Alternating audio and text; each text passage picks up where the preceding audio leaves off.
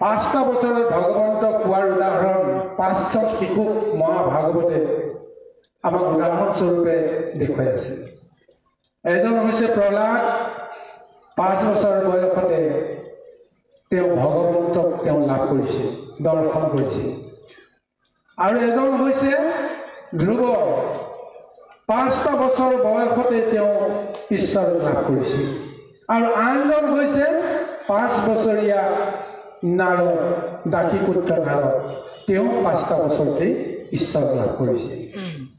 কিন্তু আমাৰ এইখিনিতে আমি বিশ্লেষণ আনিব লাগিব বা চিন্তা কৰিব লাগিব, এই 5টা বছৰত যে তেওঁলোকে পাৰিলে, বাকী সমস্তই কিয় নোৱাৰিলে?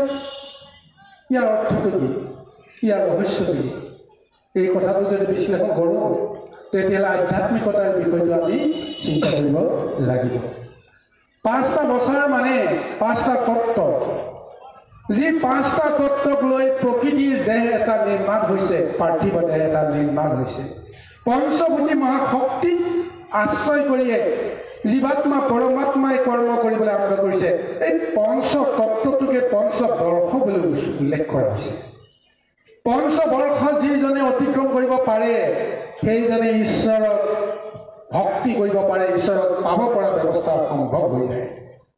অৰ্থাৎ ক্ষিতি, অপ, তেজ, মৰুদ, দ্ৰোণ, মাটি, পানী, বায়ু, জুই, আকাশ, এই পঞ্চতত্ত্বৰ লগত যেতিয়ালৈকে আমাৰ সম্বন্ধ থাকিব, আমি মায়াত মজি থাকিব লাগিব। কিন্তু এটা এটাকৈ যদি তত্ত্বক যদি আমি বশীভূত কৰিব পাৰোঁ, জয় কৰিব পাৰোঁ, 5টা বছৰ অতিক্ৰম বা 5টা তত্ত্ব অতিক্ৰম কৰাৰ পিছত মোৰ দেহৰ প্ৰতি মায়া নাথাকিব, দেহৰ প্ৰতি মোৰ ধাৰণা নাথাকিব, কেৱল জীৱাত্মা আৰু পৰমাত্মা বা মনাত্মাৰ লগত এই জীৱাত্মাৰ এটা সম্বন্ধটোৰ কথাহে আমাৰ হৃদয় কমলত সদায় দোলা দি থাকিব। এই মুহূৰ্ততে আমি জানিব লাগিব আমাৰ 5টা বছৰ অতিক্ৰম হৈ গ'ল। কিন্তু সেই গুৰু সমস্ত ভাগৱতৰ এই প্ৰথম স্কন্ধৰ মহাতত্ত্ব হৈছে পৰমায়ু। পৰমায়ু আমি নিজে বঢ়াব পাৰোঁ, পৰমায়ু আমি নিজে হ্ৰাস কৰিব পাৰোঁ। বঢ়াব পাৰোঁ কেনেকৈ? যদি আমি এই সমস্ত তত্ত্ব, সমস্ত শক্তিক যদি আমি চিনিব পাৰোঁ, ক'ৰ পৰা মই শক্তি পাইছোঁ, কোনে আমাক শক্তি দিছে, কোনে আমাক জীৱন দান দিছে, সেই সমস্ত শক্তিখিনি যদি আমি যাৰ পৰা পাইছোঁ তেওঁকেই যদি আমি সমৰ্পণ কৰিব পাৰোঁ, নিবেদন কৰিব পাৰোঁ, তেতিয়াহ'লে কাল আৰু মায়াৰ পৰা আমি মুক্ত হৈ যাম। তেতিয়া আমাক কোনো কাৰণতে পৰমায়ুৱে আমাক বাধা দি ৰাখিব নোৱাৰে। কিন্তু যদিহে আমি বন্দী হৈ থাকোঁ, কালৰ মায়াত যদি আমি মোহত যদি আমি বন্দী হৈ থাকোঁ, কৰ্মদোষে আমাক আয়ুষত নানা ধৰণৰ বিঘাত ঘটাব। আৰু 100 বছৰ পৰমায়ু লৈ আমি বিষয় কৰ্ম কৰোঁতে, পাপ পুণ্যৰ বিচাৰত কৰ্মখিনি কৰোঁতে, হিংসা, দ্বেষ ইত্যাদি ইত্যাদি ভাৱনাৰে অহংকাৰী মনটোৰ জৰিয়তে আমি বিষয়ত মজি থাকোঁতে কৰ্মদোষত আমাৰ জীৱনটো কোন মুহূৰ্তত পতিত হৈ যায় আমি ক'ব নোৱাৰিম। কিন্তু মহাভক্ত উদ্ধৱৰ কথা আপোনালোকে গম পাই গৈছে। সেই উদ্ধৱৰ পৰমায়ুৱে একো বিঘাত কৰিব নোৱাৰিলে। উদ্ধৱৰ জন্ম হৈছে ক'ত? যদুবংশ। সেই যদুবংশ 3টা মহা অভিশাপত অভিশপ্ত হৈছে, যাৰ ফলত লৌকিক দৃষ্টিত সেই যদুবংশক ধ্বংস কৰি স্বয়ং কৃষ্ণ প্ৰভু ভগৱন্তই বৈকুণ্ঠলৈকে গুচি গৈছে। এয়া হৈছে লৌকিক দৃষ্টি। কিন্তু এই লৌকিক দৃষ্টিটো এইটো কথা ভাবিছে যে উদ্ধৱে কিয় যদুবংশত জন্মগ্ৰহণ কৰিও সেই ঋষি অভিশাপৰ পৰা তেওঁ মুক্ত হ'ল? কৃষ্ণই কিয় ক'ব লগা হ'ল দ্বাৰকাত থকা সমস্তবিলাক নাইকিয়া হৈ যাব, কেৱল তুমি থাকিব লাগিব? উদ্ধৱে সেইকাৰণে প্ৰশ্ন কৰিছে যে মইতো যদুবংশৰ এজন, ঋষি সাপে যদি সকলোকে দগ্ধ কৰে, মোকো কিয় দগ্ধ কৰিব?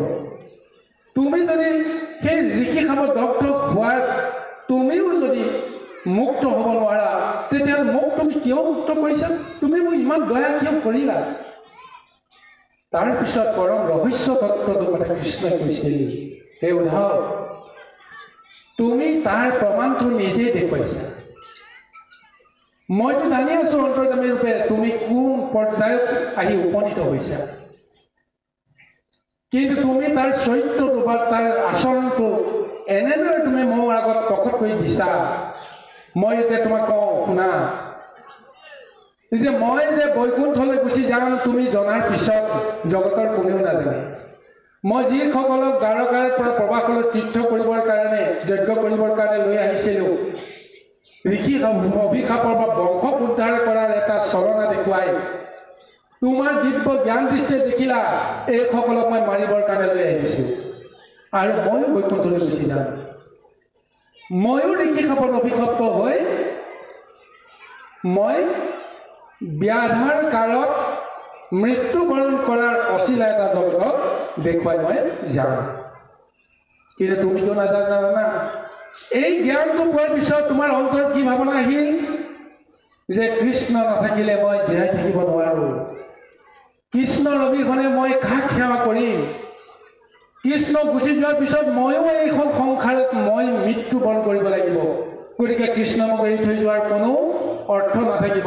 যদিহে তেওঁৰ সন্তাপতে যদি মই মৰিব লাগে তেতিয়াহ'লে মোৰ কি হ'ব? তাতেই তোমাৰ পৰিচয়টো ওলাই গৈছে। তুমি আচল কৃষ্ণক তুমি চিনি পালা, তুমি নিজকো পাহৰি গলা। তোমাৰ পুত্ৰ আছে, তোমাৰ ভাৰ্যা আছে, তোমাৰ পিতৃ আছে, মাতৃ আছে, বিষয়ৰ সমস্ত থকাৰ পিছতো তুমি কলা, তুমি ভাবিলা তুমি নহ'লে মই জীয়াই থাকিব নোৱাৰোঁ, তুমি নহ'লে মই কাক সেৱা কৰিম। গতিকে এইটোৰ ভাৱনাৰ কাৰণতেই তুমি আজি বংশ পৰিচয় হেৰুৱাই পেলালা। তুমি ঊৰ্ধত গলা, তুমি ঊৰ্ধগামী হলা। তুমি এতিয়া কুলৰ পৰিচয়ৰ জৰিয়তে তোমাৰ পৰিচয় নিবিচাৰিবা, তুমি মহাভক্ত হলা। ভক্তৰ কোনো জাতি নাথাকে, ভক্তৰ কোনো পৰিচয় নাথাকে। ভক্ত সদায় ভগৱন্তৰ লগত সম্বন্ধ থাকে, ভগৱন্ত আৰু ভকত এক সমান হৈ থাকে। গতিকে তুমি ৰক্ষা কৰিলা, উদ্ধাৰ কৰিলা। গতিকে এই মহাতত্ত্বটো লাভ কৰাৰ পিছত কোনো সাপেও ভকতক কেতিয়াও পৰখ কৰিব নোৱাৰে। গতিকে আজি প্ৰথম স্কন্ধ মহাভাগৱতত পৰমায়ু তত্ত্বটোতে গোটেই বিষয়টো বিশ্লেষণটো এনেদৰে আমি নিৰ্ণয় কৰিব পাৰোঁ। বয়সৰ মাজেৰে কেতিয়াও আমাৰ ভক্তিৰ ভাৱনাটো আমি জুখিব নোৱাৰোঁ। 5টা বছৰতো কোনোবাই শিশুমতী এজনকো শুদ্ধ জ্ঞান তত্ত্ব প্ৰদান কৰিলে যিখিনি মহা জ্ঞান তেওঁ লাভ কৰিব, আমি বয়স্ক কোনোবা এজনে হৈ একেখিনি জ্ঞানকে আমি লাভ কৰিব সমৰ্থ হ'ব পাৰোঁ। যেনেকৈ শেষ বয়সতহে উদ্ধৱে 5টা বছৰ অতিক্ৰম কৰিলে। শেষ বয়সত পঞ্চভূতি মহাশক্তি দেহৰ লগত আছে, তেওঁ পাহৰি গ'ল। কেৱল ভাবিলে জীৱাত্মাৰূপী মই, পৰমাত্মাৰূপী ভগৱন্ত কৃষ্ণ যদি তেওঁ যদি গুচি যায়, মইতো এইটো দেহত থাকি মোৰ কি লাভ আছে? মইতো থাকিব নোৱাৰিম। এই মহাতত্ত্বটো আজি উপলব্ধি যিসকলে কৰিব পাৰে, তেওঁ 5টা বছৰ অতিক্ৰম কৰি প্ৰকৃতি থাকিও তেওঁ প্ৰকৃতিৰ পৰা মুক্ত। এই মহাজ্ঞান তত্ত্বটো আজি সুন্দৰভাৱে প্ৰথম স্কন্ধ মহাভাগৱতৰ পৰমায়ু মহাতত্ত্ব, এই পৰমায়ু মহাতত্ত্ব বিশ্লেষণ কৰিছে। এই গুৰু সমস্ত ভাগৱতৰ গভীৰতালৈ গৈ থাকিলে শেষ নহয়। গতিকে আমি পদৰ লগত সংগতি ৰাখি যিহেতু আলোচনা কৰিছোঁ, গতিকে আমি পুনৰ পদৰ মাজলৈকে আগুৱাবলৈ যত্ন কৰিম। এতিয়া নাৰদে পূৰ্বজন্মৰ কথা কৈ 5 বছৰীয়া সেই অৱস্থাতে দাসী পুত্ৰ হৈও কেনেকৈ কঠোৰ যোগ সাধন কৰিবলৈ যাওঁতে তেওঁ বিষয়ৰ দুখে তেওঁ কিমান কি নিৰ্যাতন দিলে জগতৰ দৃষ্টিত সেইটো আহিছে। কিন্তু সেইখিনি জ্ঞান তেওঁ নিজেও পাহৰি গৈছে যে মোৰ যে মাতৃ নাই, মোক কোনে পুহি পালি ডাঙৰ দীঘল কৰিব? সৰ্পই দংশন কৰিলে মই মাতৃক উদ্ধাৰ কৰিব নোৱাৰিলোঁ, ৰক্ষা কৰিব নোৱাৰিলোঁ, এইবিলাক ভাৱ তেওঁ নাইকিয়া হৈ গ'ল। কাৰণ ঈশ্বৰ তত্ত্বই তেওঁৰ সমস্ত দেহ প্ৰাণ ভৰাই তুলি আছে। গতিকে সেই ঈশ্বৰ কৃষ্ণক তেওঁ এতিয়া ধ্যান কৰিছে অস্বস্থ বৃক্ষৰ তলত, সেই অৰণ্যৰ মহাসৰোবৰৰ তীৰত। এতিয়া সেই ধ্যানৰ ফল তেওঁ কেনেকৈ লাভ কৰে, আহকচোন বাৰু পুনৰ আমি পদমানলৈকে আগুৱাওঁ। কৃষ্ণ কৃষ্ণ। হে ৰাম ৰাম উপজিল প্ৰেম আদি, দ্ৰৱ ভৈল চিত্ত, ঝৰে নয়নৰ নীৰ তনুমান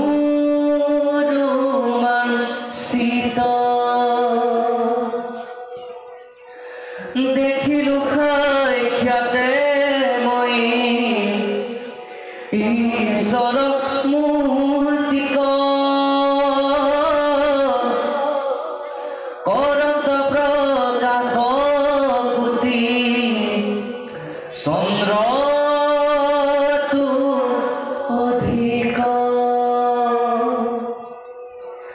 আনন্দ সিন্ধুত মন মজিৰ মাৰ, গুচিৰ মনৰ মূৰ মোহ অহংকাৰ, কত ক্ষণে প্ৰভু পাছে ভৈল অন্তৰ্ধান, কৃষ্ণ কনে দেখি দুনাই দুনাই ধৰো ধ্যান।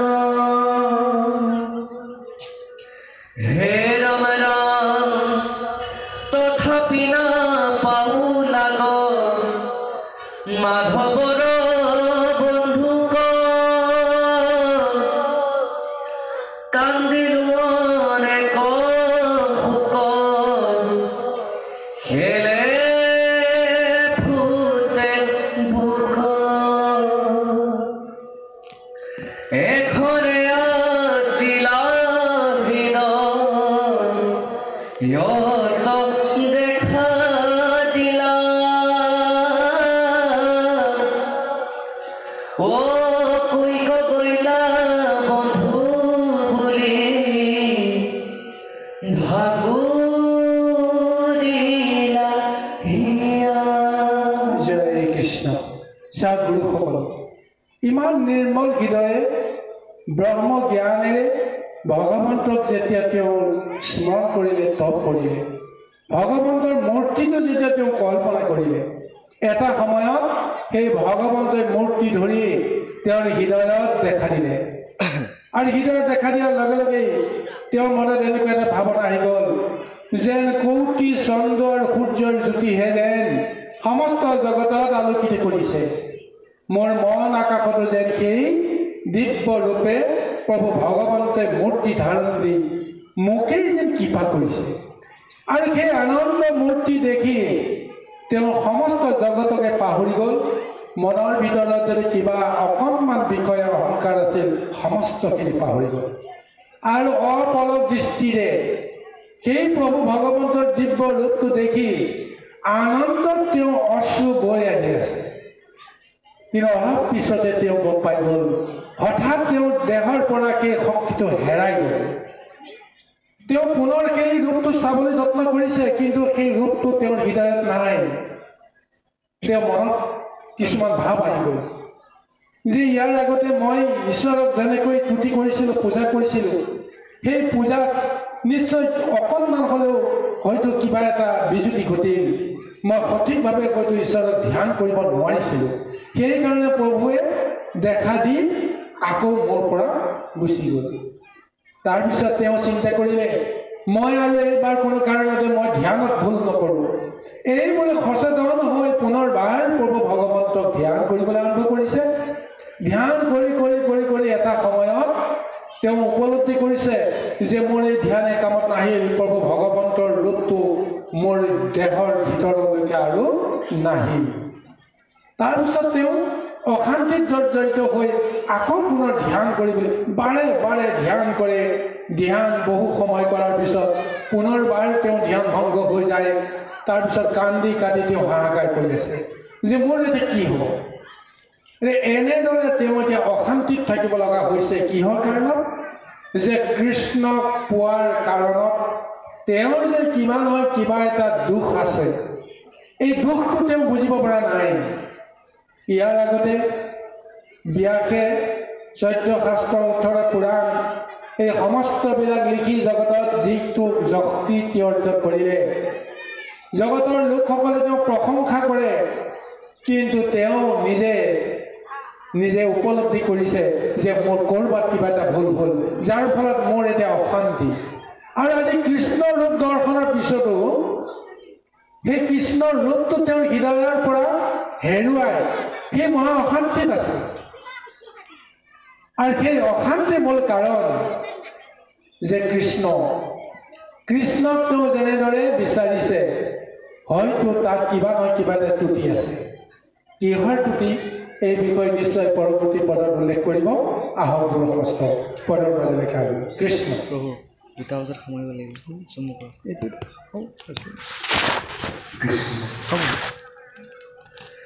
হে ৰাম ৰাম অনন্তৰে আকাশত শুনিলো বচন,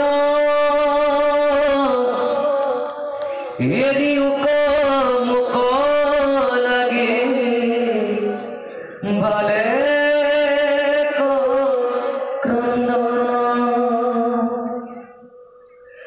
নতু গুছে ফন্যকে মনৰ মন যত নপাইবা মোক দেখা আউৰ মত। হে ৰাম ৰাম মোৰ গুণ নাম কৰা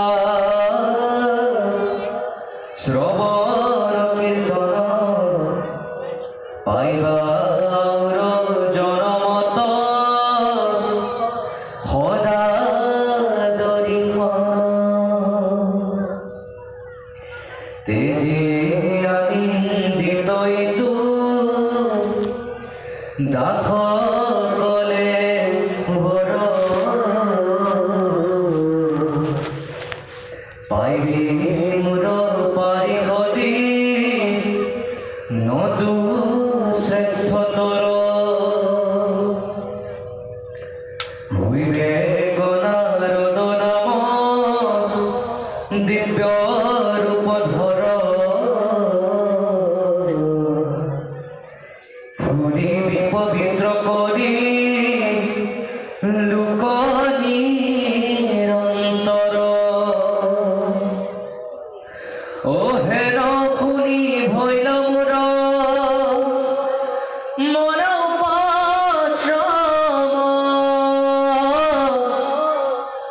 লাজৰি ফুৰু গাই কৃষ্ণ গুণ নাম। হে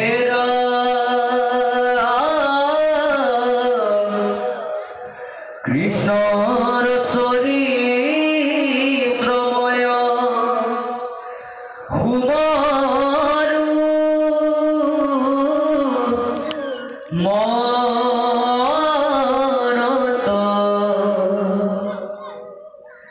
অনন্তৰে কালহি ভৈল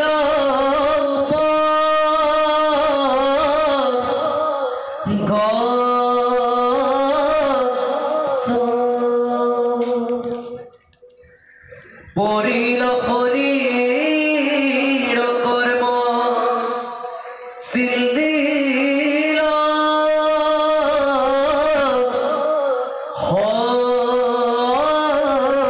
কৰে পাইল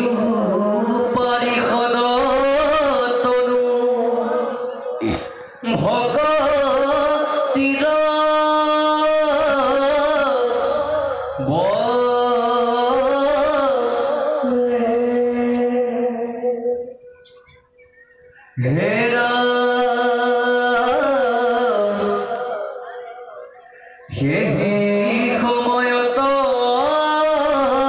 সি মিলিল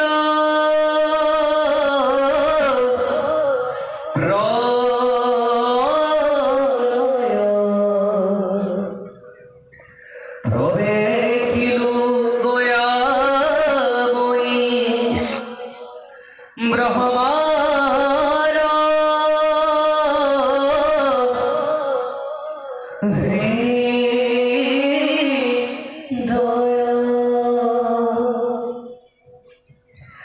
তাহারে মানস পুত্র হুইয়া ভইলু যাত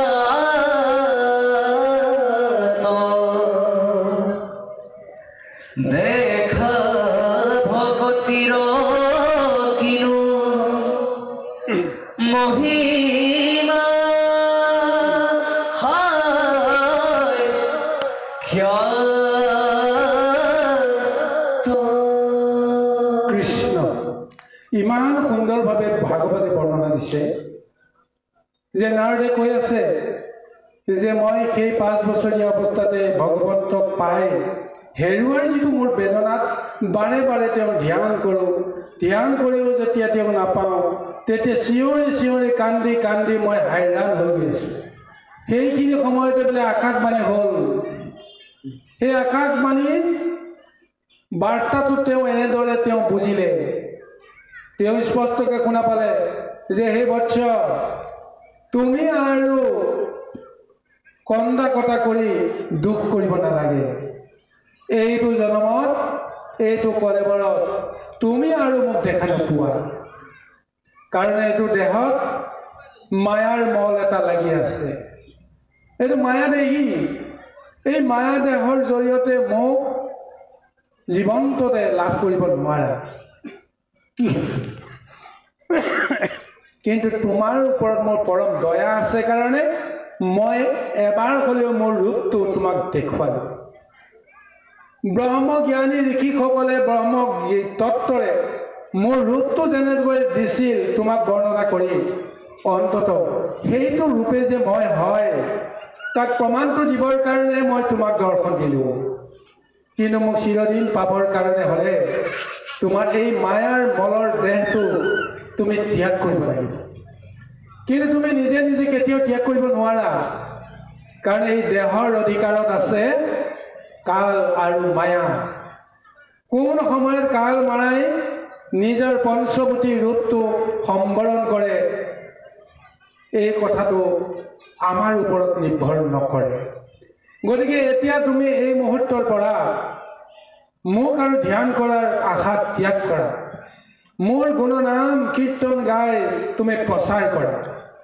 তাৰপিছত মই তোমাক ক'লোঁ যে এই দেহটো যেতিয়া তোমাৰ পৰিব তেতিয়া তুমি পাৰিখনিটো পাই যাবা আৰু তেতিয়া মোৰ দৰ্শন সদায় লাভ কৰিব পাৰিবা আৰু তাৰপিছত এটা নিজে কৈছে যে সেই কলেবৰ ত্যাগ হোৱাৰ পিছত মই সঁচাকৈ পাৰিখনিটো নাপালোঁ মই বৈকুণ্ঠৰ সাধাৰণ এজনৰ ৰূপ এটা পালোঁ আৰু যি কি নহওক যে এটা সময়ত আকৌ কালে যেতিয়া মহাপ্ৰলয়ৰ জৰিয়তে সৃষ্টিখন যেতিয়া ধ্বংস কৰিবলৈ আৰম্ভ কৰিলে তেতিয়া সমস্তবিলাক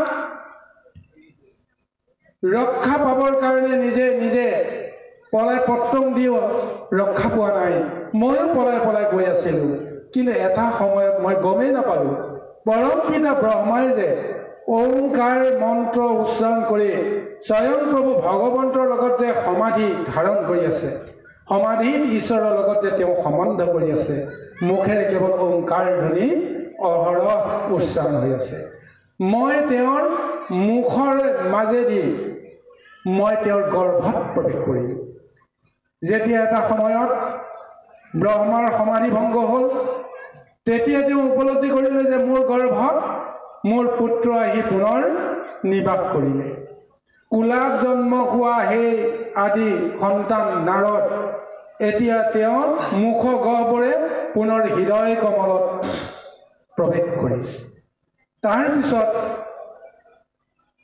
ব্ৰহ্মাই পৰম কৃপা কৰি তেওঁ নিজৰ নাকৰ গহ্বৰে সেই শিশু সন্তানটিক যেতিয়া তেওঁ বাহিৰলৈ উলিয়াই আনিলে আৰু সেই সন্তানটোৱে পিছত নাৰদ নামেৰে জনাজাত হ'ল আৰু তাৰ পৰাই আজি মই যিটো শক্তি পালোঁ পুনৰ ব্ৰহ্মজ্ঞান পালোঁ আৰু প্ৰভু ভগৱন্তৰ ৰূপ ৰস সমস্ত সময়তে মই হৃদয়ত ধৰি সেই কৃষ্ণৰ ছবিটো মই দৰ্শন কৰি কৃষ্ণৰ ৰূপত মোহিত হৈ মই কৃষ্ণৰ গুণ গান গাই কলৈকে যাওঁ মই নাজানো ঈশ্বৰে যিফালে পঠিয়াই মই সেইফালে যাওঁ আৰু মই যিফালে যাওঁ সেইফালে বোলে জগত পবিত্ৰ হৈ যায় আৰু এইকাৰণে প্ৰভু ভগৱন্তে মোক এঠাইতে ৰৈ থাকিব নিদিয়ে গতিকে সেইকাৰণে ভগৱন্তই ভকতক বা জীৱক এনেকৈ কৃপা কৰিছে যে ভক্তৰ বিচৰণ অবাধ গতিত তেওঁৰ ইচ্ছা অনুসৰি সম্ভৱ হ'ব পাৰে কোনেও ৰুদ্ধ কৰিব নোৱাৰে গতিকে এই কাৰণেই ছয়জন ভকতক যে